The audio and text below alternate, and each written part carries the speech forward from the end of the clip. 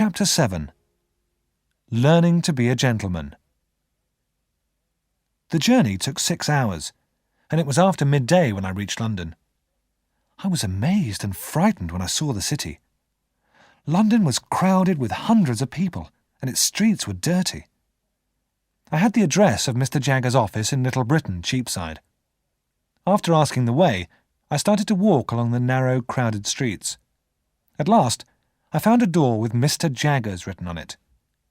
The open door led into a small office. A clerk was working there. He looked up as I walked in. "Is Mr. Jaggers here?" I asked nervously. "Mr. Jaggers is in court. He won't be long," the clerk answered. "You are Mr. Pip, I think. My name's Wemmick. Come and wait in Mr. Jaggers' room." Mr. Jagger's room was a dark, gloomy place. Its small window was very dirty, and no light came through it. There was a big black chair for Mr. Jaggers, and a smaller one, on which I sat. Mr. Wemmick, the clerk, went on with his work. Mr. Jagger's clerk was a short, neat man about 50 years old. He had a square face and a wide, thin mouth. His black eyes were very bright. On his fingers he wore 4 or 5 silver and black rings. By the time Mr. Jaggers came back, several poorly dressed people were waiting for him. They all began talking at once. They wanted him to speak for them in court. Mr. Jaggers spoke to them all in a stern and angry way. When they had gone, he came in to see me. "Here is your allowance, Pip," he said. "I think it's too much money, but that's nothing to do with me. You'll get into debt, of course. All young men get into debt," he added severely. "You are going to live at Barnard's Inn with Mr. Herbert Pocket. Wemmick will take you there. Wemmick!" Mr. Jaggers then called out. "Walk with Pip to young Mr. Pocket's rooms." Wemmick gave me a wide smile. He led me through the busy streets, always looking straight in front of him. "Here we are, Barnard's Inn," Wemmick said, turning down a narrow street into a little square. He led me to the corner building and pointed up some steep stairs. "Up there, top floor," he added. "As I look after your allowance, I expect we shall meet often. Goodbye, Pip." I found Herbert's name on a door at the top of the stairs. Under his name there was a piece of paper. It said, "Back soon." I waited. A few minutes later, I heard quick footsteps on the stairs. A pale young man appeared, carrying a basket of strawberries. "Mr. Pip, isn't it?" the young man said with a smile. "I went to the market for some fruit. My father tells me you're to be my companion. I hope you will like living here. I'm sure we shall be friends." As the young man unlocked the door, I stared at him in surprise. Then he began to stare at me. "Why, you are the boy I fought in Miss Havisham's garden!" Herbert exclaimed. "And you are the pale young gentleman," I answered. We both laughed cheerfully and shook hands. "It all seems so long ago," Herbert said. "Miss Havisham is my father's cousin. She's a very strange woman. You met Estella, of course. Miss Havisham adopted her to take revenge." "Revenge? For what? What do you mean?" I asked. "Don't you know?" Herbert replied. "It's a very strange story. Mr. Jaggers is your guardian, isn't he? He's Miss Havisham's lawyer, too, and he knows all her secrets." Whilst we ate dinner, Herbert told me all he knew. "Miss Havisham's father died. She and her brother were very rich," Herbert said. "But the brother spent his money carelessly and was soon in debt.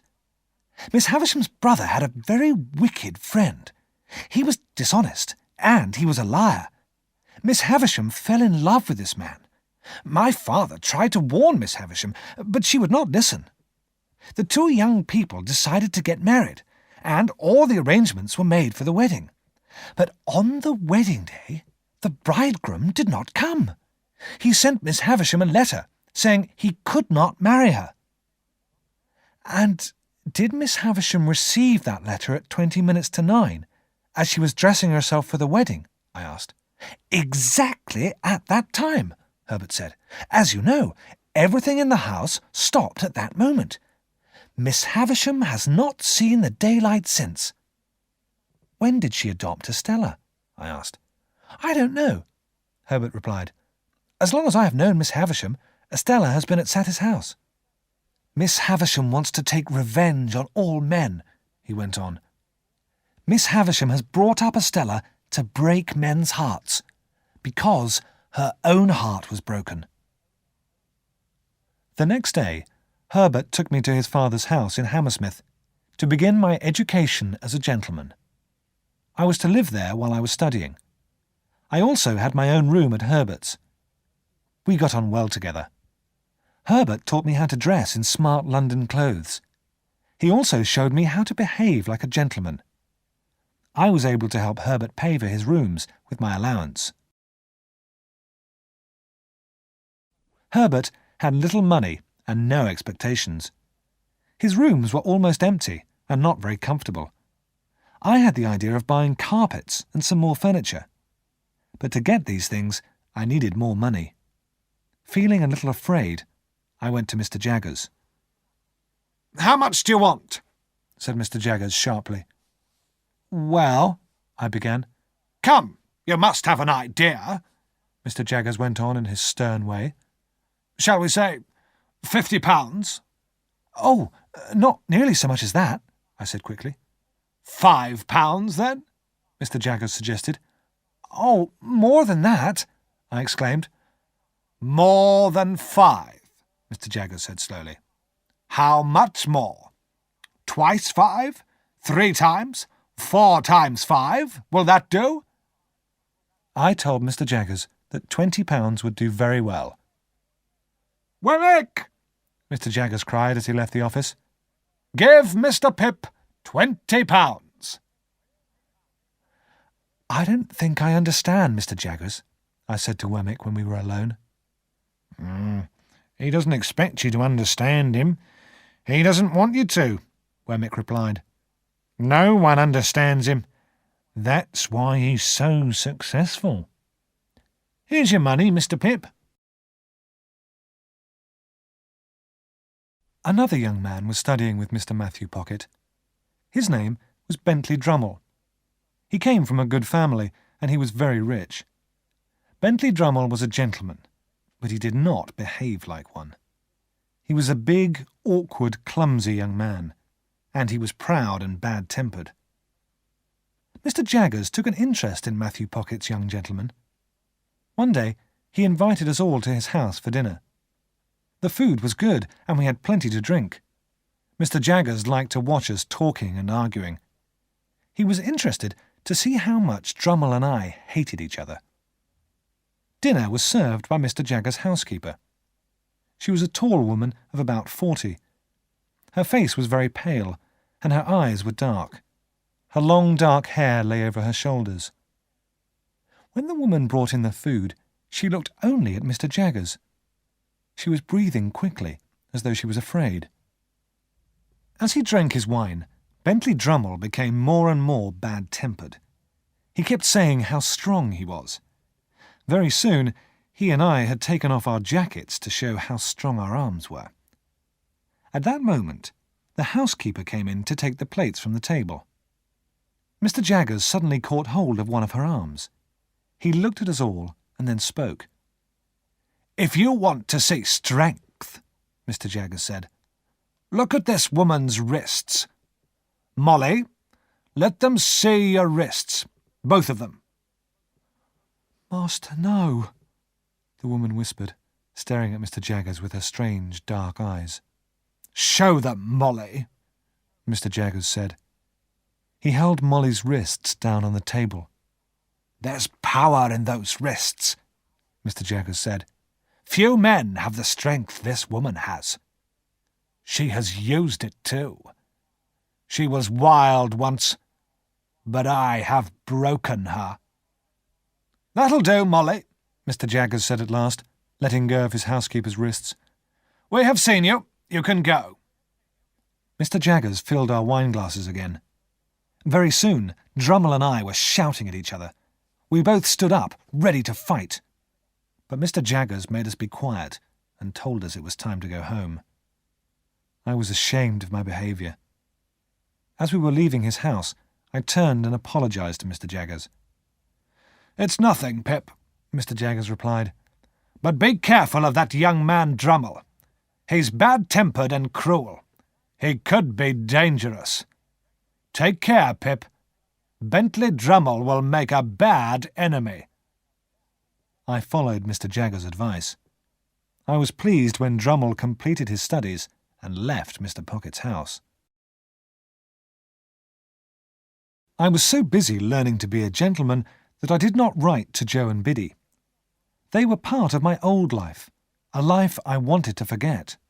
I was a gentleman now. I did not want to remember that I had been a poor, uneducated blacksmith. Then, one day, I received a letter. My dear Mr. Pip, I am writing to you at the request of Mr. Gargery. He is going to London and will call on you at 9 o'clock on Tuesday morning. Your poor sister, Mrs. Joe, is still not well. Mr. Gargery and I talk about you every night. Your servant and friend, Biddy. The letter arrived on Monday. I did not wish to see Joe, but I prepared a big breakfast for him. Herbert and I were ready and waiting long before 9 o'clock. At last, I heard Joe's heavy step on the stairs. I heard him stop and slowly read my name on the door. Then he knocked. "Joe! How are you, Joe?" I cried as I opened the door. "Pip, old chap, how are you?" Joe answered, taking my hand in his. Joe's honest face shone with joy. He shook my hand so much that I thought he would never stop. Joe looked awkward and uncomfortable in his best clothes. He took off his hat and twisted it round and round in his great hands. He stared around the room and stared at my brightly coloured dressing gown. "Well, what a gentleman you are, Pip," he exclaimed. "And you look well too, Joe," I answered. "Let me take your hat." But Joe held his hat all through the meal. "Tea or coffee, Mr. Gargery?" Herbert asked politely. "Thank you kindly, sir. I'll take whatever you'll be taking yourself," Joe answered. "Coffee, then," Herbert said cheerfully. But Joe looked so unhappy that with a kind smile, Herbert gave him some tea. Joe was uncomfortable and awkward with us, and this made me angry. I was too stupid to see that it was my fault. I should not have been ashamed of him. I was glad when Herbert left us to go to work. "Now we are alone, sir," Joe began, but I interrupted him angrily. "Why do you call me Sir, Joe?" I asked. "Now we are alone, sir," Joe repeated slowly. "I must tell you why I am here, in the home of a gentleman." I said nothing. "Well, sir, Pip," Joe went on, "Miss Havisham asked to see me. She has a message for you, and the message is that Estella has come home and would be glad to see you." At the sound of Estella's name, my heart began to beat very fast. I did not answer Joe. I could only think of Estella. Joe stood up, twisting his hat in his hand. "Oh, don't leave, Joe," I said. "You must stay to dinner." "No, Pip, old chap," Joe answered. "You are a gentleman now. It's not right for me to be here in London. But if you ever come back and visit us at the forge, you will be very welcome. Until then, I'll say goodbye. Goodbye, and God bless you, Pip, old chap." And before I could answer, Joe had gone. I sat at the table, excited and confused. Miss Havisham had plans for Estella and me, that was clear. Miss Havisham had made me a gentleman so that Estella could marry me. With joy in my heart, I began to prepare for my journey.